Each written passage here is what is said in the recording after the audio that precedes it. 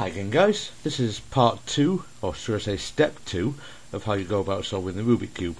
Now I've set this up in such a way that I hopefully cover all the possible scenarios with the corner pieces. Now the one scenario that I haven't covered is obviously if one of the corner pieces is already in the correct position. Obviously you just want to leave that there.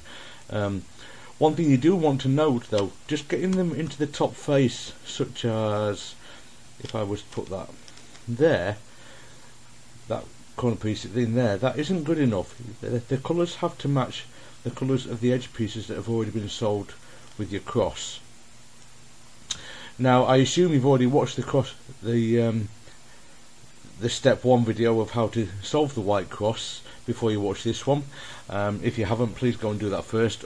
If you're not already comfortable doing that, your cube should already be in this state before you watch this video. Now, the first one I'm going to solve is this one here, this white, blue, orange, because it's the easiest one in this scenario as I have it at the moment. Now this piece needs to go here between the white, blue and orange edges. Now as it happens, there is a piece with a corner piece with white on it in that position already. So this is actually going to do us a favour, because this is going to remove that piece from that corner position, so we can then insert it into its correct place. Now at the moment the white piece is on the side, which is what makes it easy. It's a bit more difficult when the white sticker is on the bottom opposite the white face. When it's on one of the sides, this is quite straightforward. Now all you need to do is turn this so that it's below the position you want it to go in, with the white sticker on the right hand side. You do this following algorithm. You're doing R inverted, D inverted, R, and as you can see that puts that into that position. I'll go over that again one more time. With the white sticker on the right hand side, you turn the right face first, and the corner piece is below the position it needs to go into. So you do R inverted, D inverted, R, and as you can see that puts that into the position it needs to go in. Now you might want to see exactly what's happening there. As you do the R inverted, it's moving this piece around to the back, and when you turn that D inverted, it matches up those two white pieces, and the final R just moves both of those pieces back to the top face. Right, so now we have two pieces that also have white pieces on the sides now. So I'm going to start off with this white, green, orange one because it's slightly different. If we go to the white, green, orange corner, which is this one, we've got white, green, orange, so place it below the corner it needs to go in, as we just did before. Now this time the sticker is on the front face. Now we're basically going to do the same thing, but we're going to turn the front face first. So we do a front, down, front inverted. And basically that's done exactly the same again. It's just that the piece was rotated the other way around before we started.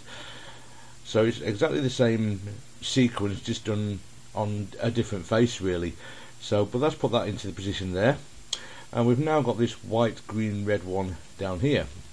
So if we find the slot where that needs to go, again the white sticker is on the side of the puzzle, and the white, green, red corner, the slot where it needs to go is here on our front right.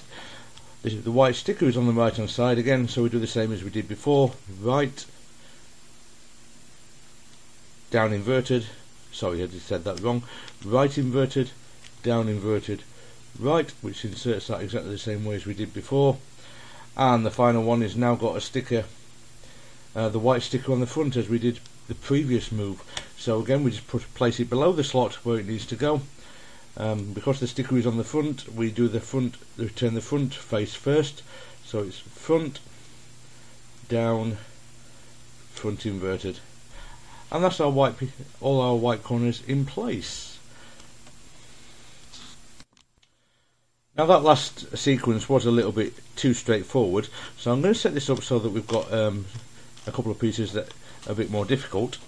Now what I've just done, I've taken this corner out and I've put it so that the white sticker is on the opposite side to the white face. Now if you remember, we did when it was on the right side we turned the right face first, when it was on the the front side, we turn the front face first.